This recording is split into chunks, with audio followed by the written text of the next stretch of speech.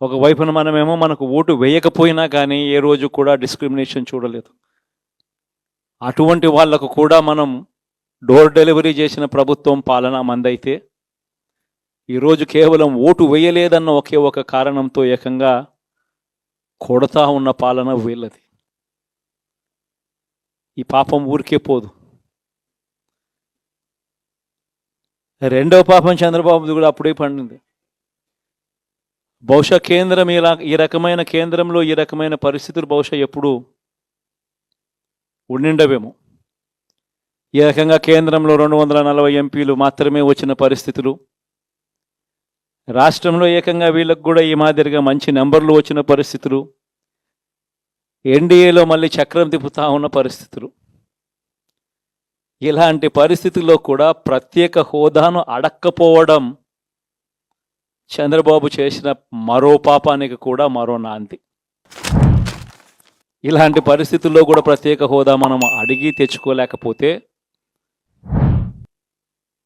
రాష్ట్రంలో ఏ ఒక్క యువకుడు కూడా క్షమించడు చంద్రబాబు నాయుడు. మనం కొంచెం ఈ పాపాలు పండేదాకా మనం గట్టిగా దీన్ని నిలబడగలిగితే, ముందుకు తీసుకొని పోగలిగితే ఈ పోరాటాన్ని ఆటోమేటిక్గా శిశుపాలని 100 పాపాలు ఫాస్ట్గా ఎరోడ్ అయిపోతాయి. కాబట్టి ప్రతి ఒక్కరూ ఈ విషయాలన్నీ గుర్తుపెట్టుకోమని కోరుతాం. ఎన్ని బహుశా నేను చెప్పేటివన్నీ కూడా మీ అందరికీ కూడా తెలియనేటివి కాదు. కేవలం నేను మీ అందరికీ గుర్తు మాత్రమే చేస్తా ఉన్నా. కష్టాలు రావడం అన్నది సర్వసహజం.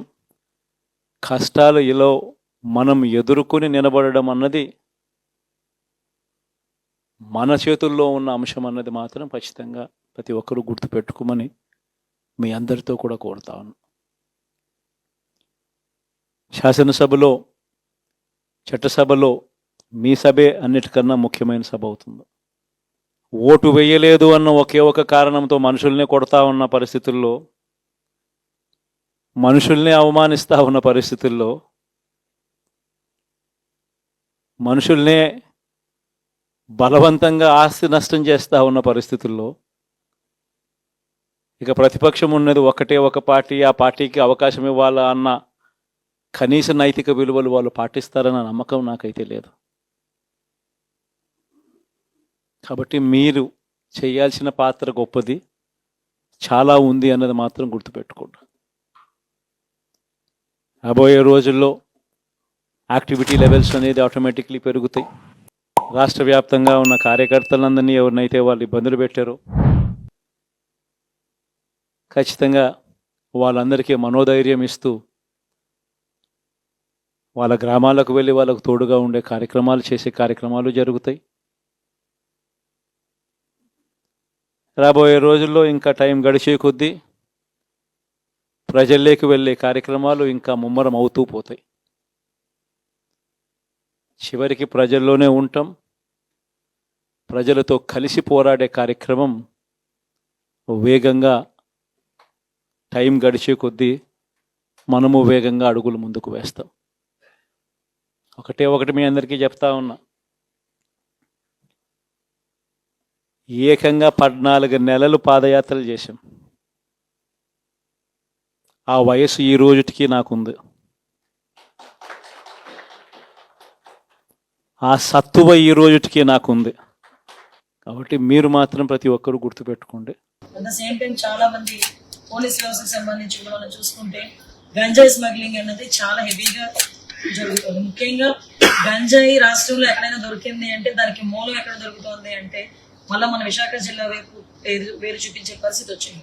ఏదో జరుకు పాడేరు నుంచి కానీ, నర్సీపట్నం నుంచి కానీ గంజాయి అన్నది ఎక్కువగా రవాణా అవుతుంది అన్నది చాలా ఎక్కువగా జరుగుతుంది.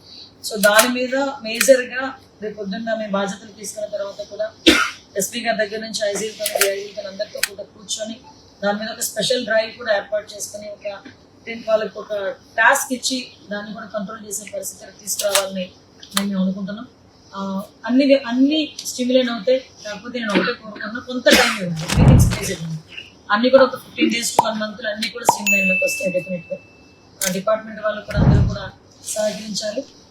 ఒకటి మాత్రం చెప్తున్నానండి, మళ్ళీ మళ్ళీ చెప్తున్నా, ఇంతకు ముందులాగా ఎవరో ఫోన్ చేస్తే కేసు పెట్టమండి, ఎవరో ఫోన్ చేస్తే కౌంటర్ కేసు పెట్టమండి, ఇవన్నీ వద్దు. చూద్దాం, అన్నీ కూడా స్టిమ్యులేట్ చేసుకొని ఒకటి జాగ్రత్తగా చేసుకుందాం. దానికి పత్రికా విలేకరులుగా మీరు కానీ ఎవరైనా అందరూ కూడా సహకరించండి. మీకు కూడా ఒకటి చెప్తున్నా, ఎక్కడో ఏదో సోషల్ మీడియాలో 1,00,000 రాస్తుంటాడు. సీఎం రమేష్ గారు కూడా అదే చెప్పారు, 1,00,000 రాస్తుంటారు సోషల్ మీడియాలో. అవన్నీ నిజం అనుకుని మీరు మాత్రం పేపర్లో వేయండి.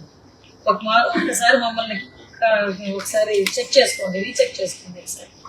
ఎందుకంటే మళ్ళీ ఇంకొకటి కూడా చెప్తున్నానండి, పోలీస్ డిపార్ట్మెంట్ వాళ్ళకి కూడా ఈ సోషల్ మీడియాకి సంబంధించి ఇష్యూస్ ఎలా టేకప్ చేయాలి అంటే, సోషల్ మీడియాలో కొంచెం అబ్యూజివ్ వర్డ్స్ చాలా మంది పెడుతూ ఉంటారు, వాటి మీద కూడా ఎలా చేయాలన్నది నేను తర్వాత రివ్యూస్ అన్ని మాట్లాడుకున్న తర్వాత మీకు ఒకసారి డిస్కస్ చేస్తాను. మేడం, మహిళలకు సంబంధించి ఎలాంటి ఉత్తరాంధ్రకు సంబంధించి ఎలాంటి చర్యలు తీసుకోబోతున్నారు మహిళలకు వచ్చినటువంటి చట్టాల మీద? యాక్చువల్ గా దిశ చట్టం అని చెప్పారు, ఆ దిశ చట్టం అసలు చట్టమే లేదన్న సంగతి లాస్ట్ డీజీపీ కూడా మనకు చెప్పడం జరిగింది. హోమ్ మినిస్టర్ కూడా లాస్ట్ లో ఒప్పుకున్నారు, ఆవిడ కూడా ఒప్పుకున్నారు. దిశ అన్నది చట్టం యొక్క చట్టబద్ధత కల్పించలేదు అని. నేను మొన్న రీసెంట్ గా నేను ఎంక్వైరీ చేసుకుంటే అది కూడా పార్లమెంట్ లెవెల్లో ఉండి అది బ్యాక్ వచ్చేసింది ఢిల్లీ లెవెల్ నుంచి అని చెప్పారు. దాన్ని ఏ విధంగా చేయొచ్చా చేయకూడదు, అందులో అంటే 5 సంవత్సరాలు అది చేయడం అవ్వలేదు అనుకుంటే దాని టెక్నికల్ గా ఎక్కడో ఒక ఇష్యూ ఉండే ఉంటుంది. ఆ ఇష్యూని రిజాల్వ్ చేయడం అవుతుందా లేదా అన్నది ఒకటి అయితే, ఇప్పటికీ కూడా డెఫినెట్ గా వర్క్ చేయాలి అనుకుంటే పోక్సో యాక్ట్ కానీ, నిర్భయ యాక్ట్ కానీ ఇలాంటి యాక్ట్స్ ఉన్నాయి. అంతకన్నా దిశ యాక్ట్ కన్నా ఇంకా పవర్ఫుల్ యాక్ట్ నిర్భయ యాక్ట్ నాకు తెలిసి, అలాంటివి కూడా ఉన్నాయి. భయం ఒకటి మాత్రం చాలా క్లారిటీగా క్లియర్ గా చెప్తున్నామండి, రాబోయే కాలంలో మహిళల మీద అఘాయిత్యాలు చేయాలన్నా, మహిళల మీద తప్పుగా చూడాలన్నా కూడా భయపడే సిచ్యువేషన్స్ క్రియేట్ చేయాలి.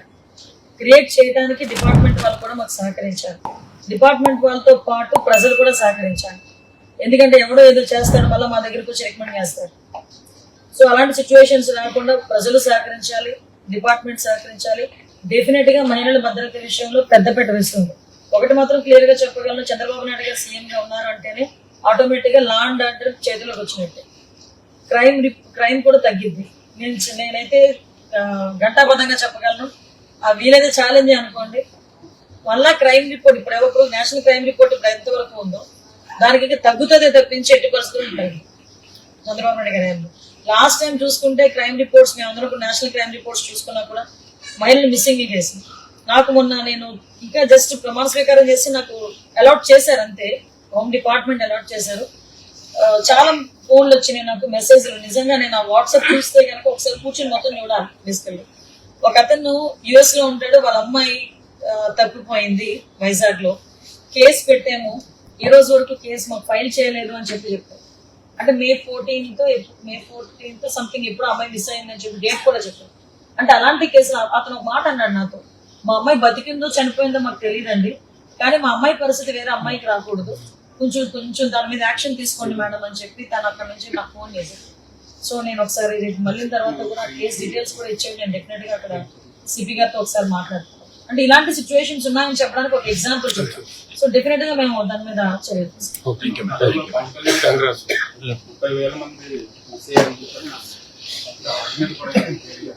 డెఫినెట్ గా ఉంటుందండి. ఎందుకంటే కొన్ని సందర్భాల్లో చాలా కేసులు ఈ రోజు వరకు కూడా మూతపడిపోయినాయి. అంటే పొలిటికల్ ప్రెషర్ అవనండి వాటెవర్, చాలా కేసులు ఇప్పటి వరకు కూడా మూతపడిపోయింది. 30,000 మంది అంటే ఏదో వేగ్గా చెప్పడం కాదండి, నేను నేషనల్ క్రైమ్ రిపోర్ట్ చదివిన తర్వాతనే నేను కూడా ఆ రోజు కూడా ప్రెస్ మీట్ పెట్టడం జరిగింది. కొంతమేరకు మిస్సింగ్ కేసులు అయితే చాలా ఎక్కువగా జరిగినాయి, అఘాయిత్యాలు జరిగినాయి. ఓవరాల్ గా ఒక రోజుకి 8 సంఘటనలు జరిగేటట్టుగా యావరేషన్ కూడా జరిగింది. సో అవన్నీ కూడా తగ్గుతాయని నేను తగ్గాలి అంటున్నాను, 80% తగ్గాలని.